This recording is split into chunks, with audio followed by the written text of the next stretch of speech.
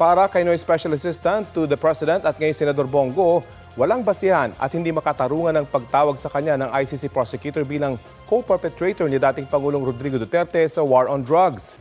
Si dating Justice Secretary Vitaliano Aguirre II naman, iginiit na hindi siya kailanman nasangkot sa umano'y extrajudicial killings noong drug war. Balitang hatid ni Dano Tingkungko.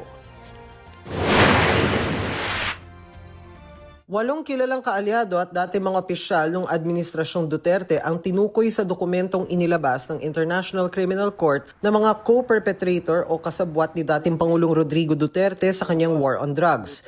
Ang ilan sa kanila kasalukuyang matataas sa opisyal, gaya ni na Senador Bongo at Bato de la Rosa. Paglilinaw ni ICC Assistant to Counsel Cristina Conti, hindi nangangahulog ang akusado na rin o may mga kaso na ang mga pinangalan ng co-perpetrator. Binanggit lamang sila sa konteksto ng pagkukwento kung ano ba ang ginawa ni Duterte. Pero sa nakikita ko mukhang nagkaroon ng kaintindihan yung defense at saka prosecution na mag-unseal o isa publiko yung ibang pangalan para mas maintindihan ng taong bayan ng labas sa Pilipinas kung ano ang kinikwento. Kumbaga makakatulong ito dun sa pagkukwento nila sa papel ni Duterte. Nauna nang itinanggi ni Senator Go ang mga paratang na anya'y walang batayan, hindi patas, hindi makatarungan at walang kaugnayan sa katotohanan. Si dating Justice Secretary Vitaliano Aguirre pinabulaan ng kasabwat siya sa extrajudicial killings. But I've never engaged in any extrajudicial killing. Hindi ko sinuportahan yan. Kung meron man, hindi ko nga alam yan eh. As a matter of fact, during my time as Secretary of Justice, they made a big fuss about the killings of Kian de los Santos, Carlos Arnaiz, and Culot de Guzman. I was instrumental in bringing all the parents and relatives of these three to Malacanang, Bahay Pangarap. And because of this, they were able to meet with the President.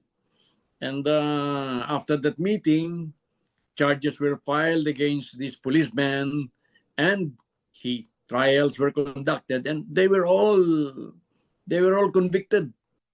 Patutsada pa ni Aguirre, dinawit lang anya ng ICC Office of the Prosecutor ang pangalan niya para bigyang kredibilidad ang sinasabi nitong common plan para i-neutralize ang mga kriminal na sangkot sa illegal na droga sa pamamagitan ng pagpatay.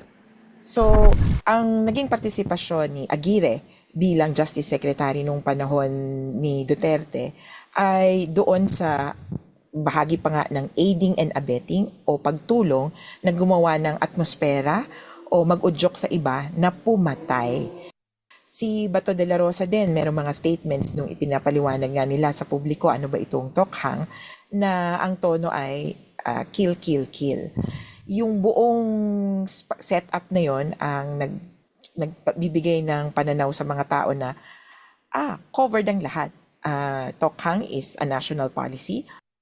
Sinisikap pa naming kunin ang pahayag ng ibang mga pinangalanang co-perpetrator. Sa susunod na Lunes, February 23, magsisimula ang confirmation of charges hearing kay Duterte. Araw-araw maliban sa Miyerkules, 10 a.m. to 3 p.m. The Hague time o 5 to 10 p.m. oras sa Pilipinas. Sa pagdinig, aalamin kung may sapat na basehan para tumuloy sa paglilitis si Duterte. Dano Tingkungko, nagbabalita para sa GMA Integrated News.